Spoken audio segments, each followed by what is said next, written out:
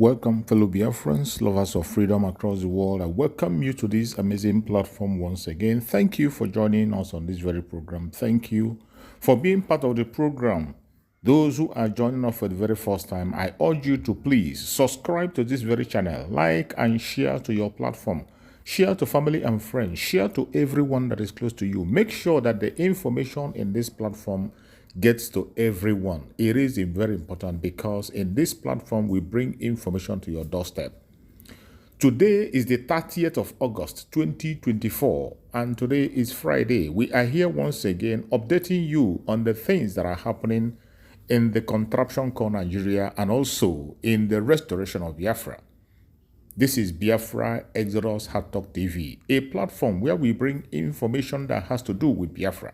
Information coming from the Prime Minister of Biafra, Republic of Nigeria, Simon Ekpa. In this platform, we say things the way they are without being politically correct. We bring information to your doorstep.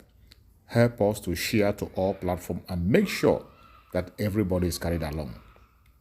My fellow Biafrans that are watching, wherever you are watching from, I urge you in the name of Chukwu Okike Abiama, if you are a true Biafran, this is the time to show that truly you are a Biafran. We are in a warfare, and this warfare is on different angles.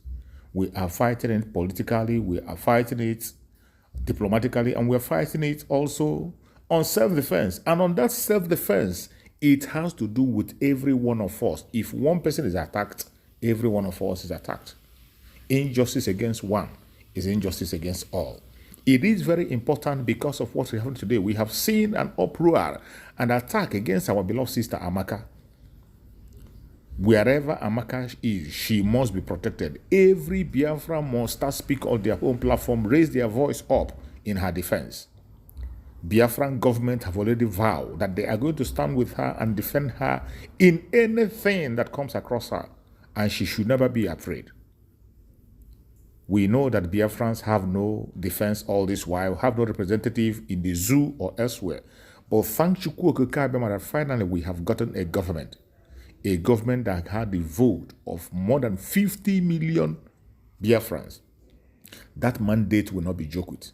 So wherever you are as a Biafran, try to identify yourself with the Biafran government because they are the only voice you have. Today, we are standing up to defend our beloved sister Amaka, and every Biafran must begin to provide evidence on their own platform and share informations of the bully they bullied against her that made her to voice out. Nobody should open his mouth and blame Amaka for voicing out. When you push somebody to the wall, there's no other thing the person can do than to fight back. But because of the hatred they have on us in the zoo, because they don't want us and we do not want to be with them either, today they are calling for her extradition, they are calling for her arrest, including their people who have involved in hate speech in the past. Today, the House Assembly were very quick to write. The House Assembly already writing. So many other bodies are already talking. And their so-called Abike Daburi, who they call diaspora whatever, is writing and pursuing the case. But I bet you they have made the wrong generation. Biafra government is going to stand with Amaka anywhere, anytime, any day. And our promise, I promised that. In regards to what is happening, I want to share some videos for you to understand the situation. I want to share some videos for you to hear opinion of some people, Biafrans and Biafran friends, what they are saying, for you to understand that the inhumanity against man in Biafra land can never be allowed. And Biafrans will never, ever be part of Nigeria, no matter what they say. Let us watch. These Nigerian leaders, I'm so ashamed of you people. The way you people go about solving issues, your body language also shows that you are in support of this tribalism that is going on in this country. Because sometimes body language tells a lot. Now, first of all, I am not in the business of hate and tribalism. Everybody who knows me and knows my page, I don't support it in any way. But I must tell you that our Nigerian leaders have a way of directly or indirectly promoting tribalism. And I will explain why. Your body language tells a lot. Now, I am not in support of what Amaka said about her hate on the Yorubas and the Edo people. So whatever action is taken against her, fine, I have no problem with that. But my question goes to the level of hypocrisy in the Nigerian leadership. Since 2023 to date, it has been all about Igbos. Igbos must go. This, that. But if you go to the internet, you can't stay 2 minutes with some kind of tribes. Igbos must go. This, that. Igbos are this. Igbos are that. Igbos are that. There is no action that was ever taken against any of these people.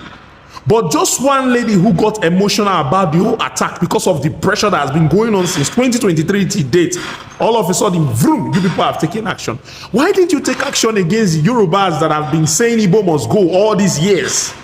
No action taken against them. But one Igbo lady just said one thing and brrr, you people have taken swift action. That body language tells a lot about your tribalist nature. That body language tells a lot about your level of hypocrisy.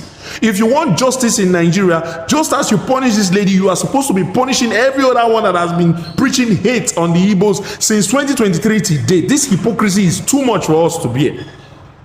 If you don't like the Igbos, let us go. You don't want to let us go. You don't want to let us even have peace in the land again. You want us to stay. What kind of hypocrisy is this?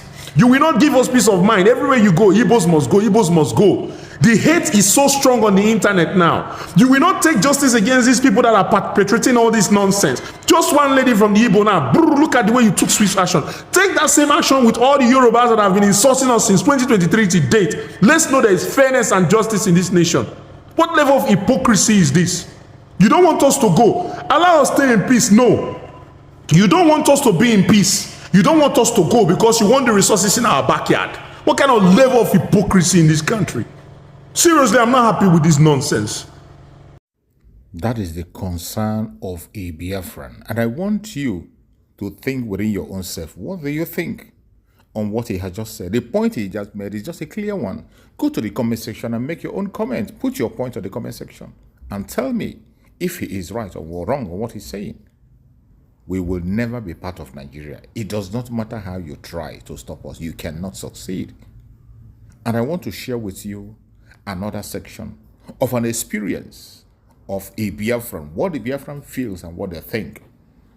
There is no going back. Let's watch. This is immediate cause of Nigerian civil war. Yes, sir. There are remote causes of Nigerian civil Yes, war, sir. which we know. Yes, sir. The indiscriminate killing of Igbos in the north. Yes, sir. That is And at a point, they killed Agi Yulos 1966. Then after that kill like this, Ojukwu said that the next person that should take over is Ogundukpe, a Yoruba man. Not him. He said he's second in command, he should take over. And they refused him from taking over. They said no to that. And that particular one fell. They had another meeting, which they had in Ghana, Abuli, Ghana. Nigeria will practice regional government, the one you are calling restructuring now.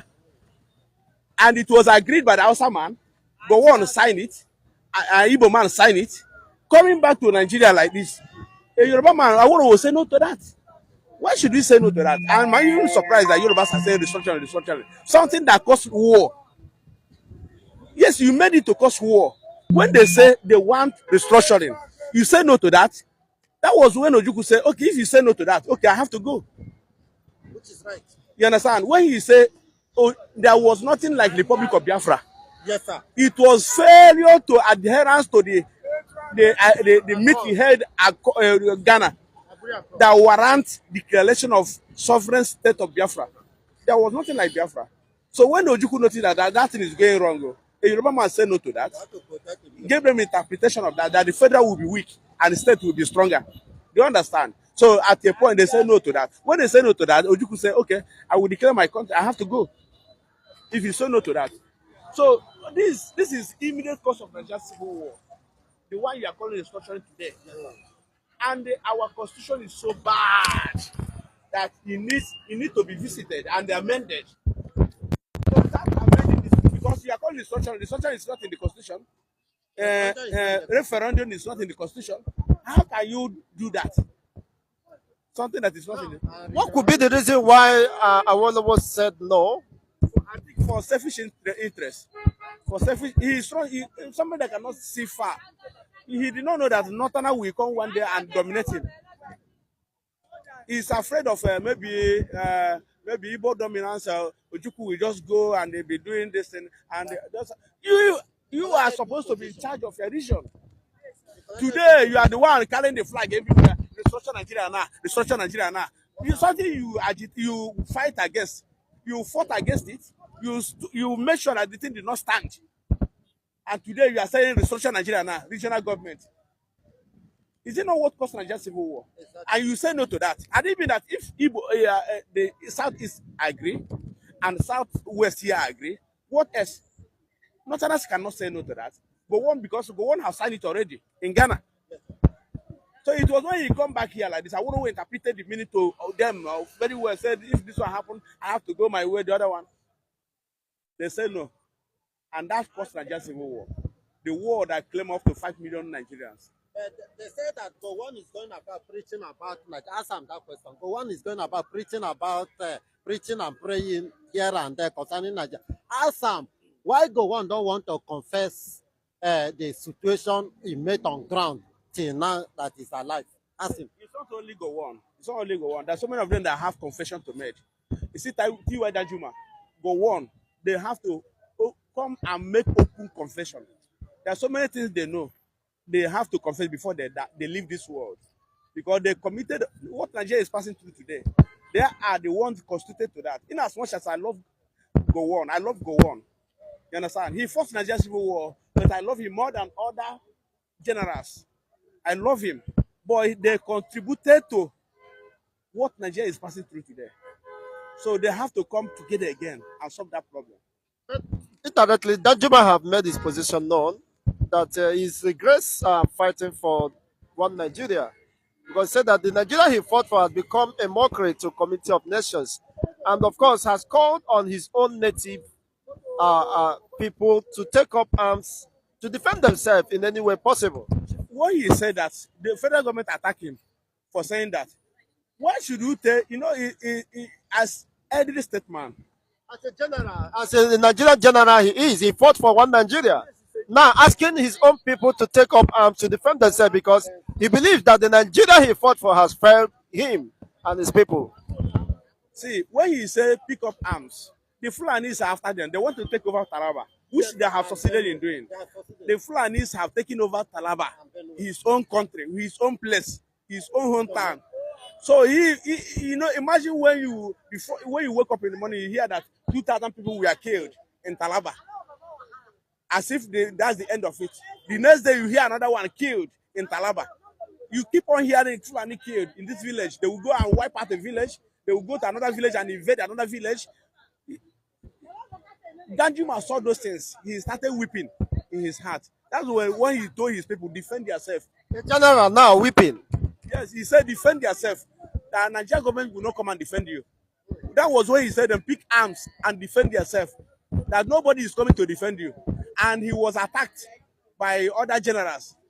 Nigeria at large, they say that you are evil, you are inciting violence.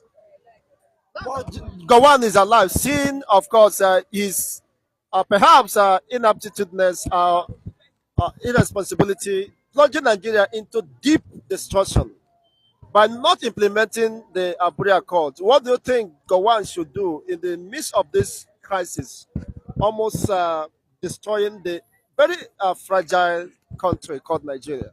Gowon is a respectful general. I love him. As I confess, I love him from the heart. I love him. But he has confession to make. He has some confessions to make before he leaves this world. Because he's one of the men that brought this mess. Had he been the allowed regional government, all this is you are talking today, like he wouldn't have come up. But somebody came up and he signed it originally. But at a point, I believe that Awolowo and maybe British government. You can see the level of awareness in Biafra land. Now you understand that your lies cannot stand.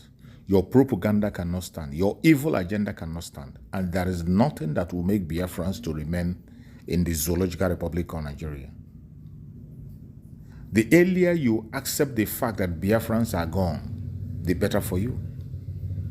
Allow us to take our faith into our own hand. Allow us to explore. Allow us to be in our own nation. You want our resources, but you don't want us. The only plan and agenda you have for us is extermination. You say it in your word, in our action. Every day you act it out. And you want us to fold our hands. We can't fold our hands anymore. Today, the Biafran government have come to stay. And as the delegitimization of the Zoological Republic government in Biafran territory is going on, it will continue until December, November, when the final result of the self-referendum will be called, and December 2nd, the declaration of the restoration of the independent state of Biafra will be made, and Biafra land will be defended to the last level. No matter what you think, no matter what you feel, no matter how you want to talk about it, I bet you Biafra must exit the zoo. And the time is now. Wherever you are as a Biafran, continue to support the liberation of Biafra. Give your support, financial support more especially. Apply for the IOU loan. Borrow your money to Biafran government and you'll be paid back in 100% at the restoration of Biafra. It is not maybe. Biafra must be restored, and very, very soon. So what are you waiting for? Wherever you are, continue to support the Liberation Army of Biafra. Support the Biafra movement anywhere you can. And you must give a support to our beloved sister Amaka. Wherever you are, post her on your platform. Bring evidence against these idiots. All they are accused against Biafra for the land, all their bigotry for the long time, the abuse, the bullying for a long time that we have kept quiet until now. We must begin to pull them out. And as we pull them out, we will continue to throw it at their face. The whole world is going to see it. And let's see who is at fault. There is no going back. I appreciate everyone that is participating on this program. Please like and share to other platforms. Share to family and friends. Don't keep it to yourself. It is very important that everybody must be carried along. Biafran government. Peace, unity, progress, and equity. We move. Airborne. It is freedom or die.